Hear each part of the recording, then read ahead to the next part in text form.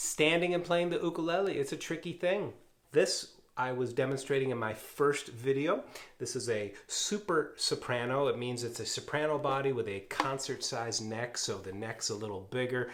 The way I hold this is a bit different than the way I hold my big tenor Griffin ukulele. Essentially the same principles. I find my center line, place the instrument against me, and I'll notice now, well, I have a lot more instrument to hold on to, plus this instrument is thicker, so my arm sits a little differently. One thing is for sure, I am connecting right about here, just below the elbow. Now, if you want to see an example of what not to do, look at the sock monkeys on my shirt. You see this ukulele playing sock monkey, he's holding the instrument in a way where his wrist is right here.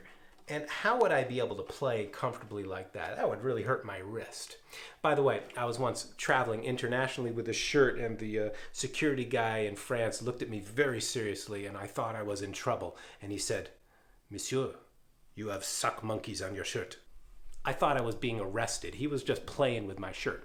Anyway, hold it like this. You got your contact point.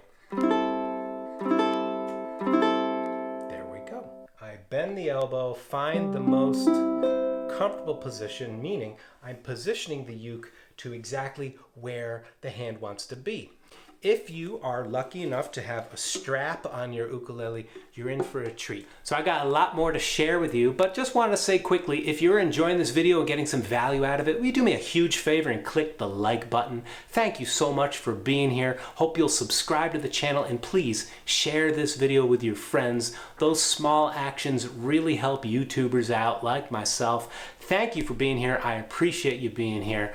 Let's get back into the lesson. You see, the good thing about straps is that you can set the height of them so they will always be at the height that my hand wants to hang out at. Once I'm connected here, look, boom, it's just exactly where I want my hand to be. You will want to experiment by playing some different chords and see what's comfortable for you. Adjusting the strap just a little bit can make a big difference in the way it feels. Now, if you don't have a strap attached to your ukulele, it's quite easy to get a strap button installed. This one is on the heel of the neck.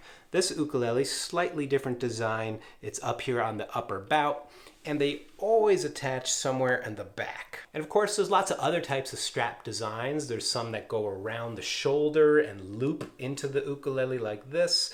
There's another one that I like that goes around the neck, behind the instrument, and then there's a little hook that grabs the ukulele right there. You can look up that type of strap. I've used that on my classical guitar in the past. One thing about those straps you got to be careful of is that if you lift this hand up, it's not really attached to your body. So if you lift up, it'll go onto the ground, you know.